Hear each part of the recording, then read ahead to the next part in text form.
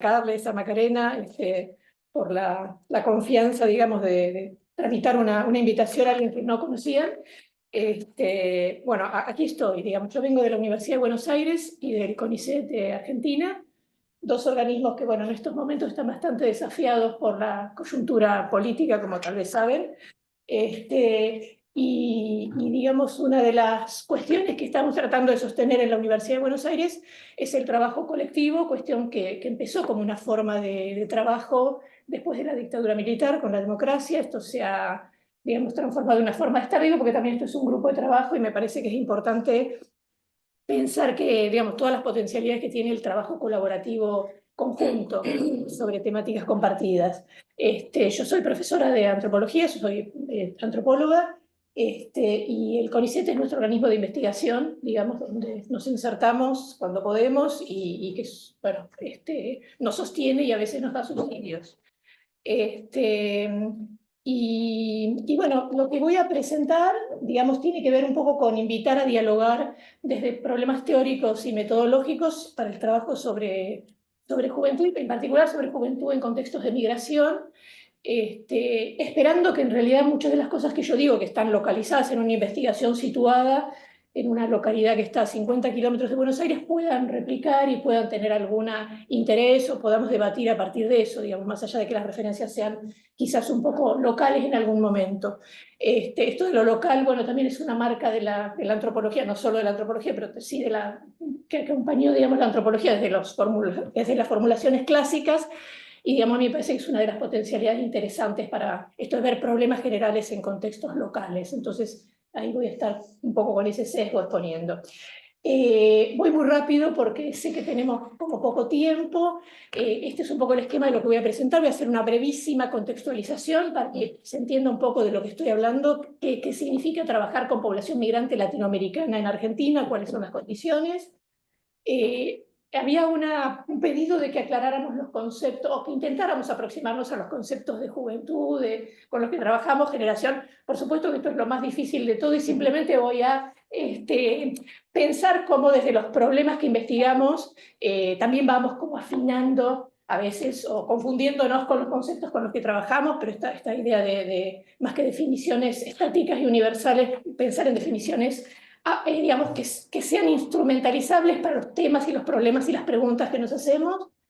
Y después sí quería quizás tratar de detenerme un poquito en esto de las discusiones metodológicas, en el trabajo en estos temas, a partir de dos cuestiones, que uno podría definir muchísimas cuestiones metodológicas para discutir, pero a mí me interesa ahora discutir dos cuestiones. Uno, y también trayendo cuestiones como que hacen al sesgo de la antropología, que significa trabajar con categorías nativas, que significa recuperar términos, conceptos, nociones que para los sujetos son significativas, que se reiteran en nuestras investigaciones de campo. ¿Qué hacemos con eso? Y cómo eso digamos, aparece en las investigaciones sobre juventud en contextos migratorios. Y después esto de cómo recuperamos, cómo nos aproximamos y cómo traemos y analizamos la voz de los jóvenes, ¿no? Sobre todo los que no somos jóvenes y que trabajamos con juventud. Así que bueno, esa es un poco la propuesta para una panorámica súper breve sobre qué significa la población, cuáles son las condiciones de la población migrante, una historia, digamos, muestra los porcentajes de variación del componente migratorio en la población total argentina, donde lo que se advierte, como seguramente ustedes saben, es que a principios del siglo XX el porcentaje era altísimo, era un 30% de la población, y sobre todo, bueno, eso lo vemos en el cuadro siguiente, era población transoceánica, o sea, de ultramar. Un minuto al anterior, y un segundito nomás.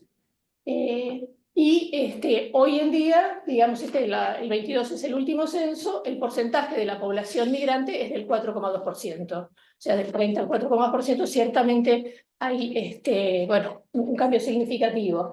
Y el siguiente gráfico sí muestra, digamos, los porcentajes de procedencia, del origen de la población migrante, donde lo que se advierte muy claramente, digamos, es que pasa el componente de ser mayoritariamente europeo a principios de siglo a ser mayoritariamente de países limítrofes. a partir del 90 en adelante, ¿no? De 1990 en adelante. Y eso, digamos, lo que me interesa solo referir, no me voy a poder detener en eso, es pensar, bueno, cómo eso se acompañó de cambios en las imágenes sobre la migración y en las normativas migratorias. Entonces, nosotros tenemos una ley que es como una ley así media, que es la ley migratoria, que es la ley Avellaneda, que es la ley que se hace para incluir migrantes europeos en Argentina, y que habla de una situación donde se garantizan ciertos derechos, a los migrantes se les da residencia cuando llegan, se los lleva al lugar de destino, etcétera, etcétera, se gestionan cosas para conseguir trabajo, y después tenemos otra normativa migratoria, que es la de la dictadura militar, en contextos donde ya claramente empezaba a ser mayoritaria la migración limítrofe y latinoamericana, que es una normativa absolutamente restrictiva, y que sigue hablando de propiciar la migración europea, y niega la presencia mayoritaria de la migración latinoamericana, y tenemos una normativa del 2003-2005, que es una normativa sostenida en derechos y que reconoce los flujos migratorios latinoamericanos, y tenemos un contexto actual donde el gobierno está hablando de eliminar esta ley, ¿no? Entonces, bueno, son como distintos momentos, con distintos procesos, distintas normativas y distintas imágenes. La siguiente es una imagen del 2000, digamos, de una revista bueno, muy conservadora, por decirle de alguna manera, en un contexto donde había mucha persecución de los migrantes latinoamericanos y donde algunos sindicatos salieron a decir nos roban el trabajo. Entonces, digo que estos cambios en las tendencias migratorias se acompañan de cambios en las normativas y se acompañan de más cambios en las representaciones sociales sobre los colectivos migrantes.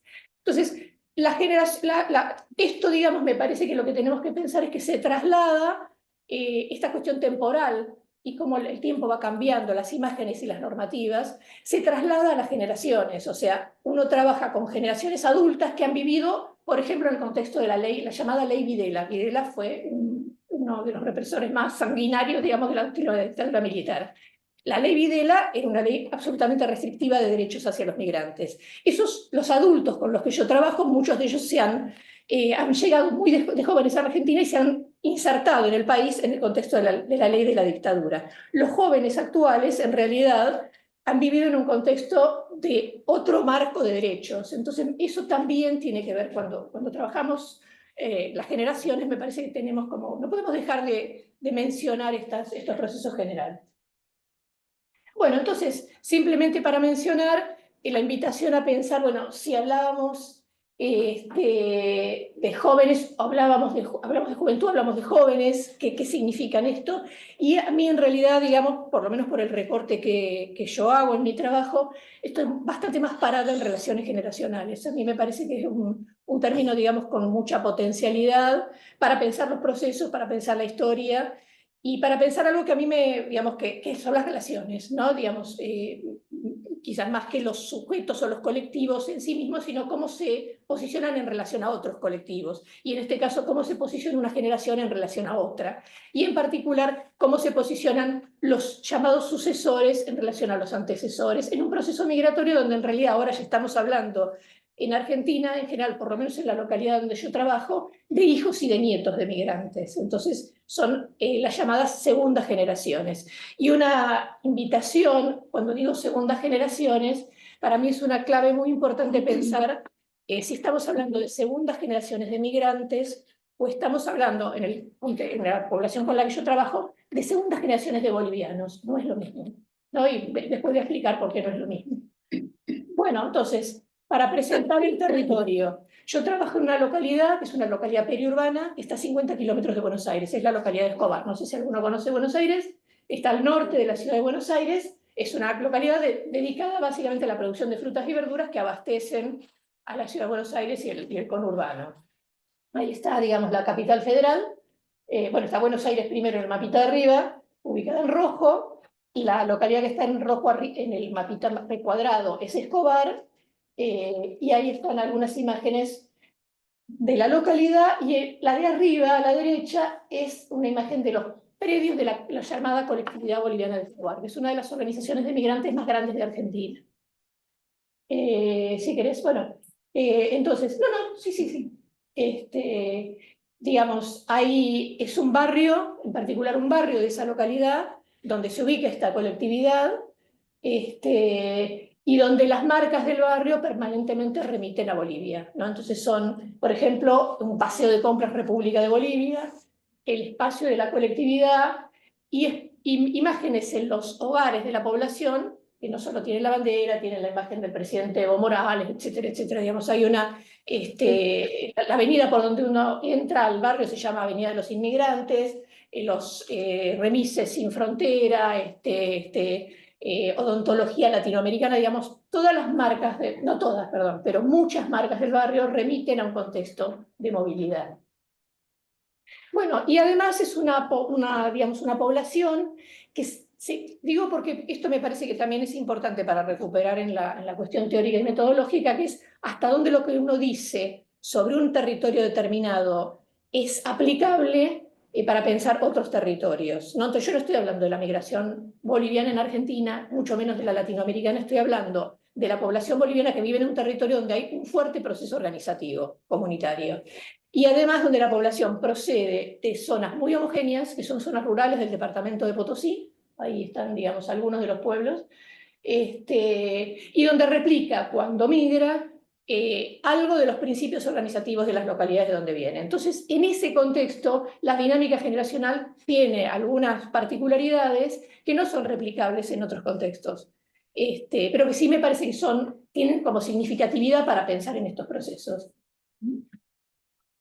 Bueno, entonces, decía, en lo que quizás sí tengo unos minutos, me detengo un poquito más, Macarena me dirá, es bueno, cómo pensar teórica y metodológicamente el trabajo con esta población. Y yo decía que de esto voy a tomar dos cosas. La cuestión de las categorías nativas, las categorías que los sujetos usan, las categorías en uso, las categorías que les resultan significativas, y que por supuesto, no todas las categorías, sino las que se vinculan con nuestros problemas y preguntas de investigación.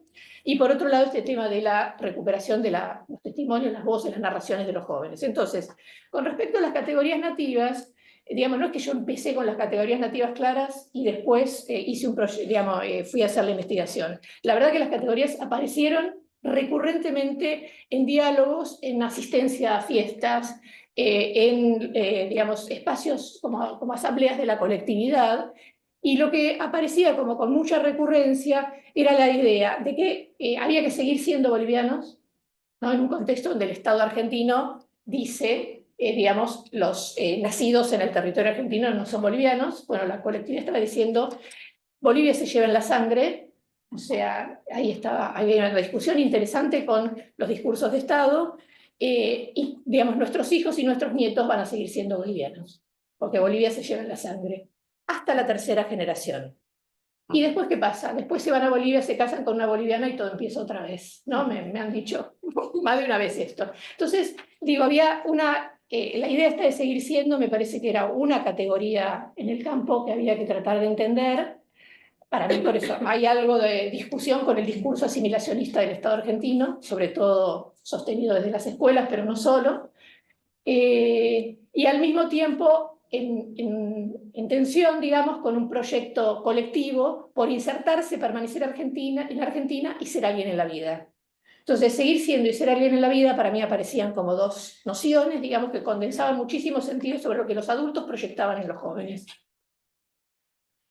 Y esta idea de boliviano de segunda generación, que yo decía, para mí, sé que acá, digamos, en Francia, en España, hay mucha discusión con la idea de segunda generación, migrante de segunda generación, pero realmente me parece que es importante, por lo menos recuperando estos sentidos locales, advertir la diferencia con la idea de boliviano de segunda generación, porque es una noción que se vincula a un proyecto de continuidad colectiva en una organización comunitaria de base familiar.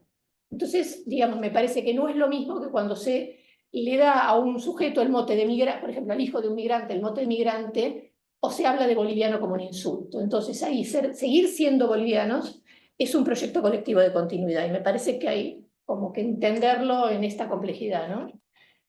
Vale. Y la sangre, ¿no? La cuestión de la sangre, digamos que tampoco para mí era un presupuesto que iba a ser algo súper importante, y realmente esta idea de una pertenencia nacional asociada a lo que el Estado define como nación, pero que se marca por la sangre, ¿no? Y entonces, bueno, hay toda una tradición larga de discusión en la antropología sobre el sentido de la sangre, ¿no? Y que me parece que hay que tratar de también tener en cuenta los múltiples sentidos de la sangre. Bueno, entonces, decíamos, la continuidad como condición de reproducción colectiva en un contexto de discontinuidad, no en un contexto donde la población ha venido en situación de subalternidad, todas sus condiciones de vida se han modificado, donde el Estado le dice te tenés que integrar, integrar supone dejar de ser lo que sos, ¿no? Entonces, para los adultos y en alguna medida también, bueno, para el proyecto que los adultos tienen hacia los jóvenes. Y digamos, nos ha interesado en el equipo, y acá recupero la cuestión del trabajo en equipo, porque en esta localidad en realidad trabajamos muchos integrantes del equipo que yo estoy coordinando en Buenos Aires, cómo en distintos ámbitos de práctica se advierte esta expectativa de continuidad en la transmisión generacional. Entonces, en los contextos laborales, y arriba hay una foto de uno de los mercados de acopio de frutas y verduras, donde hay un espacio familiar de trabajo, hay una madre con sus hijos que hacen cosas en el mercado. En los viajes, la cuestión de la movilidad como algo que los adultos esperan que sus hijos conozcan Bolivia.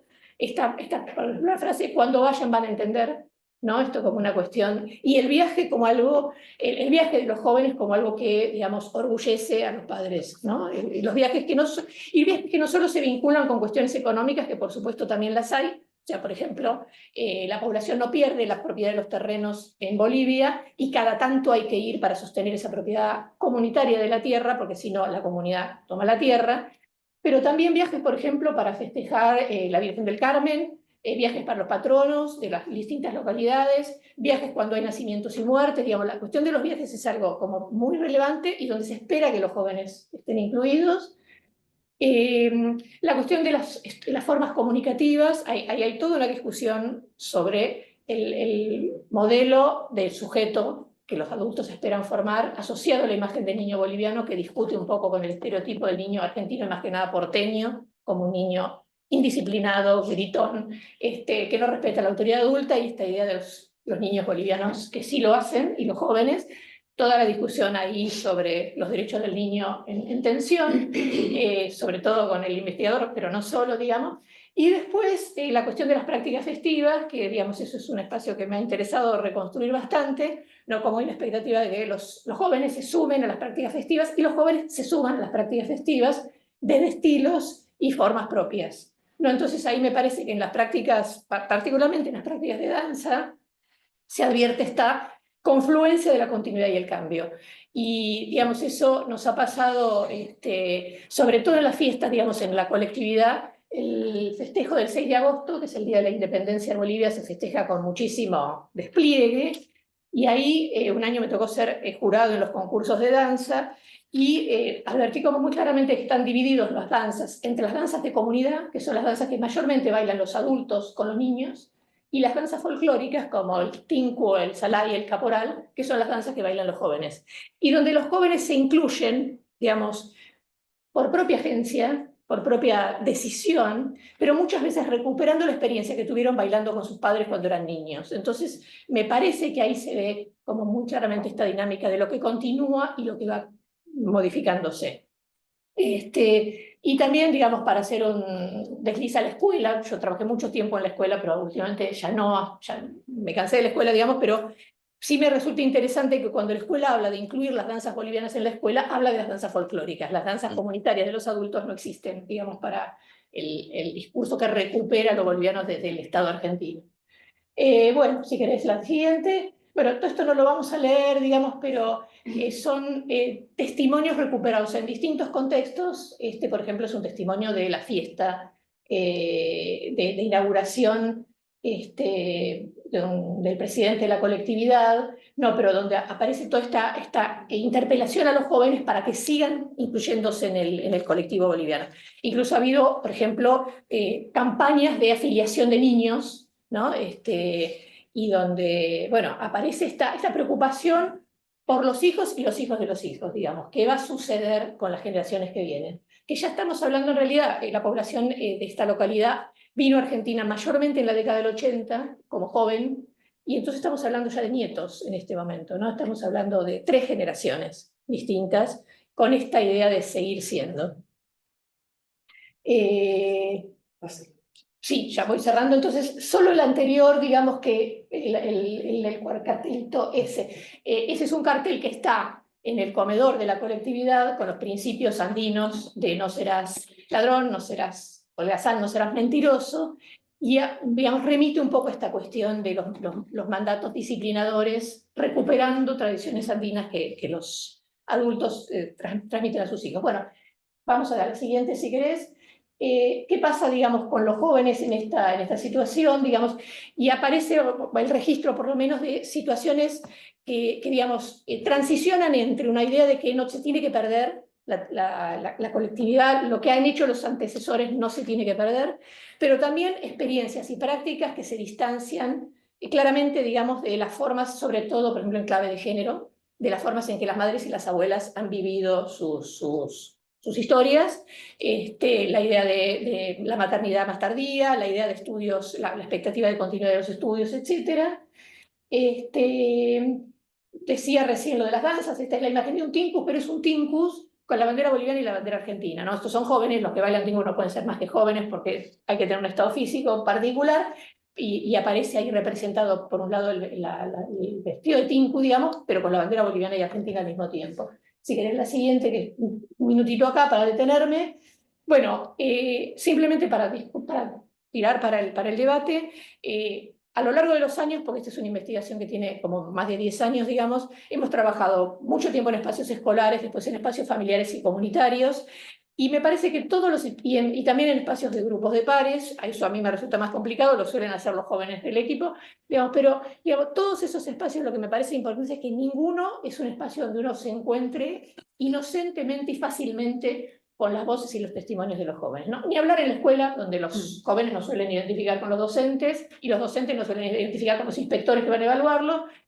Tampoco en los espacios familiares y comunitarios. Me han pasado situaciones donde los padres le dicen a los chicos, sentate y contale a la señora, y también eso es una situación, digamos, y también aparecemos ahí identificados con el mundo adulto.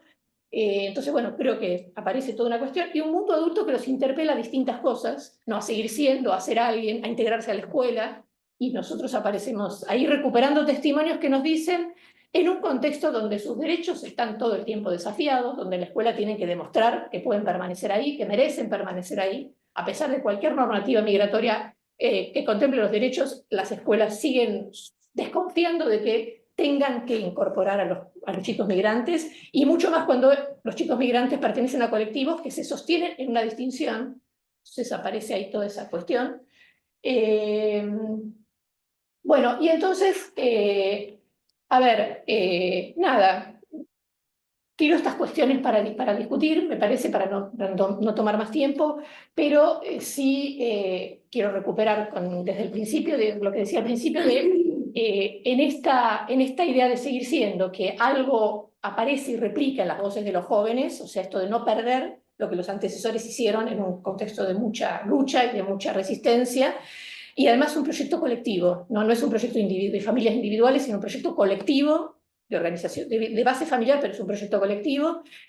¿En qué medida eso que nos remite a una situación donde continuar siendo aparece como una clave de resistencia, ¿no? Entonces, esto de resistirse desde la permanencia, me parece que bueno, nada, a veces nos desconcierta porque parece que la permanencia siempre es conservadora. Y después, digamos, la cuestión de los dilemas éticos frente a las voces de los jóvenes, la dificultad de corrernos muchas veces de los discursos adultos y los presupuestos adultos son lo que tiene que ser, y cómo, digamos, lo ético nos lleva a veces a decir y a callar cuestiones que a los jóvenes también los comprometen en situaciones, no solo con sus padres, sino particularmente, por ejemplo, con los discursos de Estado, con las situaciones escolares, y las trayectorias de los jóvenes pueden verse como complicadas cuando compartimos información que no deberíamos compartir en esas situaciones. Eso, bueno, solo lo menciono para, en todo caso, recuperarlo si les han sucedido cuestiones similares.